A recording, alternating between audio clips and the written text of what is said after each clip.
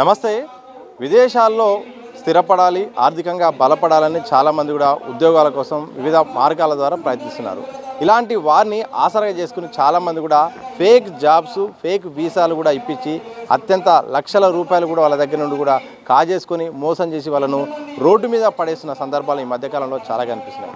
ఇదే సందర్భంలో శ్రీ అనే ఇమిగ్రేషన్ సంస్థ కూడా ఇలాంటి మోసానికే పాల్పడింది. దాదాపు 10 కోట్ల వరకు కూడా చాలామంది బాధితుల దగ్గర కూడా డబ్బులు తీసుకొని మోసం చేసిందని కూడా పెద్ద ఎత్తున ఆరోపణలు కూడా వస్తున్నాయి. ప్రస్తుతం వారు చాలామంది అయితే మాత్రం ఇటు నకిలీ ఎవరైతే ఈ జాబ్ రైటర్సు అలాగే నకిలీ వీసాలు పొంది నష్టపోయిన వారు ఎవరు ఉన్నారో వాళ్ళు సోమాజి కూడా ప్రెస్ క్లబ్కి వచ్చారు. వారి యొక్క వర్షన్ ఏదో తెలుసుకునే ప్రయత్నం చేద్దాం. మీ పేరు చెప్పండి, అలాగే మీరు ఎక్కడి నుండి వచ్చారో, అసలు ఏం జరిగింది?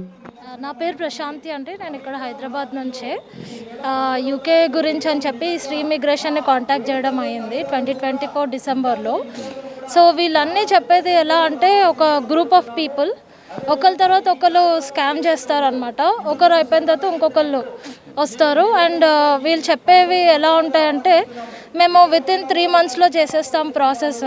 అండ్ మాకు ఫస్ట్ ఆఫ్ ఆల్ ఆయన చెప్పింది ఏంటంటే మాకు లైసెన్స్ ఉంది, మాకు అన్ని విధాల సపోర్ట్ ఉందని చెప్పారండి. దాన్ని బట్టి మేము ఈ ఇమిగ్రేషన్ సంస్థతో మేము రిజిస్ట్రేషన్ చేసుకోవడం జరిగింది. కానీ చేసుకున్న తర్వాత 3 months అయిపోయింది, తిప్పించుకోవడమే జరిగింది. కానీ ప్రాసెస్ అనేది ఎక్కడా వెళ్ళలేదు. ఏదో ఫేక్గా ఒక ఇంటర్వ్యూ అరేంజ్ చేయించారు, ఫేక్గా ఒక కాజ్ ఇచ్చారు మాకు. ఒకవేళ ఇన్ కేస్ ఆ కాజ్తో మేము ఒకవేళ వెళ్ళుంటే కనుక మాకు 5 to 10 years బ్యాన్ అయ్యేది. అది మేము క్వశ్చన్ చేస్తే అదంతా ఏం కాదన్నారు. కానీ మా దగ్గర ప్రూఫ్స్ ఉన్నాయి. ఏదైనా కానీ మాకు రీఫండ్ మాకు ఇచ్చేయండి, మీ సిచ్యువేషన్ మాకు తెలుస్తుంది, మీరు ఈ ప్రాసెస్ చేయరు అని చెప్పి మేము ఎన్నిసార్లు అడిగినా వాళ్ళు ఏంటంటే లేదు మీరు మిడిల్ దాకా వచ్చేసారు, మీ రీఫండ్ ఇవ్వము అని చెప్పి మమ్మల్ని హెరాస్మెంట్ అనడం కన్నా దానికన్నా అబవే చెప్పొచ్చండి. Continuous harassment emails. వీళ్ళు అందరూ పర్టికులర్ కొంతమంది స్టాఫ్ ఉన్నారు, అరుణ్, హర్షిని, మేము ఫస్ట్ ఎన్రోల్ అయినప్పుడు శ్రీవాణి, తర్వాత ప్రసాద్, వీళ్ళందరూ స్టాఫ్ ఎలా అంటే బ్లాక్మెయిలింగ్ అనమాట. మీరు రావాలి, మీరు కట్టాలి, లేకపోతే మీరు ముందుకు వెళ్ళరు. సో అలా మమ్మల్ని హెరాస్మెంట్ చేసి లాస్ట్కి వీసా ఇంటర్వ్యూ దాకా తీసుకొచ్చి ఆ ఎంప్లాయర్ కూడా కరెక్ట్ కాదని మాకు తెలిసింది. ఏంటి అని క్వశ్చన్ చేస్తే మాకు సంబంధం లేదు, మేము ఇంతవరకే అని. కానీ మాకు మేము ఎన్రోల్ అవ్వకముందు చెప్పింది ఏంటంటే మీకు అంతా ఫ్యామిలీ అంతా మొత్తం వీసా సపోర్ట్ ఇస్తామని చెప్పారండి. కానీ ఇవ్వలేదు. తీరా చూస్తే మేము కట్టిన డబ్బులు ఇవ్వకపోగా మేము 18 lakhs కట్టామండి. అండ్ నాతో పాటు ఇంకొక మా కజిన్స్ కూడా కట్టారు 10 lakhs, మొత్తం 3 profiles. సో మొత్తం 28 lakhs అండి మాకు రావాల్సింది. సో మేము ఇప్పుడు ఈవెన్ పోలీస్ స్టేషన్కి నేను లాస్ట్ ఇయర్ అక్టోబర్లో వెళ్ళాను, ఎఫ్ఐఆర్ అవ్వలేదు. దాన్ని డిస్పోజ్ చేసేసారు, సివిల్ ఇన్ నేచర్ అని. వాళ్ళు ఈ శ్రీకిరణ్ అనే మనిషి ఫస్ట్ నివేదిత తను స్టార్ట్ చేస్తుంది. తర్వాత శ్రీకిరణ్ అనే మనిషి ఎలా అంటే మాకు అంతా ఐడియా ఉంది, మాకు ఎవ్రీథింగ్ సపోర్ట్ ఉంది, ఎవరికి చెప్పుకుంటారు చెప్పుకోండి అనే ఇట్లాంటి బెదిరింపులు, పొలిటికల్ ఇన్ఫ్లుయెన్స్ కానీ అంటే పెద్ద పెద్ద వ్యక్తులు మాకు తెలుసన్న ఒక ఉద్దేశం మాట్లాడతారండి. ఆయన చెప్పేది ఆయన ఆఫీస్లో అలాగే చెప్తాడు, మాకంతా ఇన్ఫ్లుయెన్స్ ఉంది. ఏంటి అయితే అన్న బెదిరింపులు అనమాట. నేను ఆడపిల్లనని చూడకుండా టుమారో ఈవినింగ్ 6 PM వచ్చి మాట్లాడని చెప్పిండు. నా దగ్గర ప్రూఫ్ కూడా ఉంది. సో ఇవన్నీ తీసుకెళ్ళినా కానీ పోలీస్ స్టేషన్లో నా కేసు ఎఫ్ఐఆర్ అవ్వలేదు. అవ్వకుండా దాన్ని డిస్పోజ్ చేసేసారు. ఏంటి డిస్పోజ్ ఎందుకు చేశారు అంటే నాకు సరైన క్వశ్చన్కి ఆన్సర్ రాలేదండి. సో ఇలా రీచ్ అవ్వడానికి కారణం మేము ఈ డబ్బులేమీ ఉట్టిగా కట్టలేదండి. ఎవ్రీ రూపీ మేము అప్పు తీసుకుని చేసాము. Everything is in recorded. So అవి అప్పులు మేము ఇప్పుడు వీఆర్ పేయింగ్ ఇంట్రెస్ట్. ఎంత ఇంట్రెస్ట్ కట్టుకున్నాము, how much stress and strain we are going through అనేది అది మాకే తెలుసు. అండ్ ఫ్యామిలీస్తో ఉన్నాం కాబట్టి మాకు న్యాయం జరగట్లేదు. న్యాయం జరగాలని చెప్పి మేము ఇంత దాకా వచ్చాము. సో దయచేసి దీన్ని మీరు కన్సిడర్ చేసి దీన్ని ఎంత హై లెవెల్ తీసుకెళ్తారో తీసుకెళ్ళండి. సత్యమేవ జయతే నేను నమ్ముతాను. మాకు న్యాయం జరుగుతుంది అనేసి. మీరు చెప్పండి, మీరు ఏ సందర్భంలో మీరు వీసా కానీ జాబ్ కానీ మీరు అక్కడ కన్సల్ట్ కావాల్సి వచ్చింది, ఎలా ఇట్లానే సార్ మాకు కూడా మంచి మాటలు అని చెప్పాడు. తేనె పూసిన కత్తికి ఆ మాటలు చెప్పినట్టు చెప్పిండు. సో ఈ టీం ఏదైతే ఉందో ఈ కిరణ్ గారు ఫస్ట్ మాట్లాడతాడు, తర్వాత వచ్చేసి ఈ టీం అంతా ఫాలోఅప్ చేస్తారు సార్. మా దగ్గరగా 10 lakhs వరకు మాకు తీసుకున్నాడు సార్. తర్వాత మేము వెళ్ళి వాడిని అడిగితే మేము అదిగో ఇస్తాం ఇదిగో ఇస్తాం, ఆ ప్రాసెస్ చేస్తున్నాం ఈ ప్రాసెస్ చేస్తున్నాం అని చెప్పేసి ఒక దిక్కుమాలిన ఇంటర్వ్యూ పెట్టాడు సార్. అది ఫేక్ అని మాకు అర్థమైపోయింది. అర్థమైపోయిన తర్వాత మేము ఇమీడియట్గా మా బావ కువైట్లో ఉంటారు, సో ఆయన ఇమీడియట్గా మా వీడికి మెయిల్ పెట్టాడు. పెడితే మీరు రాగానే మీకు సెటిల్మెంట్ చేస్తానని చెప్పాడు సార్. తర్వాత మేము వెళ్ళిన తర్వాత అది మొత్తం ఫ్రాడ్ అని తెలిసింది. సో మా డబ్బులు మాకు ఇచ్చేయండి అని చెప్పేసినని మేము వెళ్తే కూడా మీరు కూర్చోండి అది ఇది అని చెప్పేసి నా ల్యాండ్ దాంట్లో ఉంది దీంట్లో ఉందని చెప్పుకొచ్చాడు సార్. తర్వాత సార్ మీరు ఇట్లా అవ్వకపోతే కనుక మేము న్యూస్కి వెళ్తాము, లేకపోతే పొలిటికల్లో వాళ్ళు ఎవరైనా అప్రోచ్ అవుతామంటే ఆయన పెద్ద బట్టి విక్రమార్క లేకపోతే ఎంఐఎం వాళ్ళ పేర్లు చెప్పేసి బెదిరిస్తాడు సార్. తర్వాత చివరికి మేము ఒకరోజు ఆఫీసులో కూర్చున్నా కూడా మీరు ఇంతే చేస్తే కనుక న్యూసెన్స్ చేస్తే మేము పోలీసుల మీద కేసు పెట్టి ఉల్టా మా మీద మమ్మల్ని ఇట్లా దబాయించింది. సో మేము అక్కడికి వెళ్ళిన తర్వాత తెలిసింది ఏంటంటే ఇక్కడ వీళ్ళందరూ కూడా కలిసిరు మాకు. ఈ బాధితులు మేము ఒక్కడమే కాదు వీళ్ళందరూ కూడా అని తెలిసింది. తర్వాత మేము అందరం కలిసి కుమ్మక్క అవుతున్నామని చెప్పేసి ఒకరికొకరికి తెలియకుండా ఒకరికొకరికి మాట్లాడుకోకుండా ఆయన దానికి దాని కెమెరాకి ఒక వాయిస్ రికార్డర్ ఉంది. సో మేము ఎవరితో ఆయన మాట్లాడుతున్నామంటే కనుక వీడు ఒకడు ఉన్నాడు, వాడి పేరేంటమ్మా వాడి కిరణ్ అరుణ్ అనే వాడిని కిందకు పంపిస్తాడు సార్. సో మేము ఎవరెవరు మాట్లాడుకుంటూ వాళ్ళని పక్కన తీసుకొని పోతాడు, లేకపోతే మమ్మల్ని పక్కన తీసుకుపోయేది.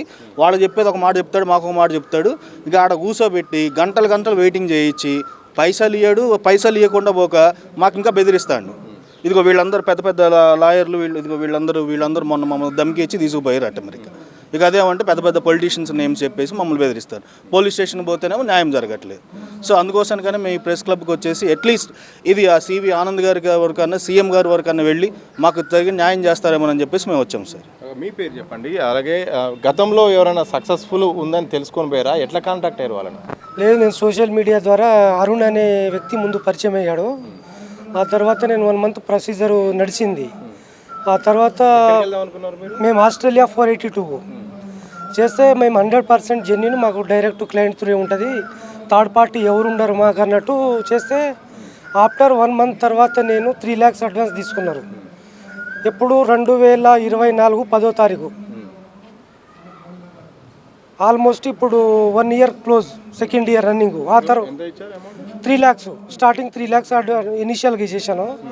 ఆ తర్వాత 6 months అయింది. 3 months దగ్గర మీరు ప్రొసీజర్ అన్నారు, 3 months 6 months దాటింది.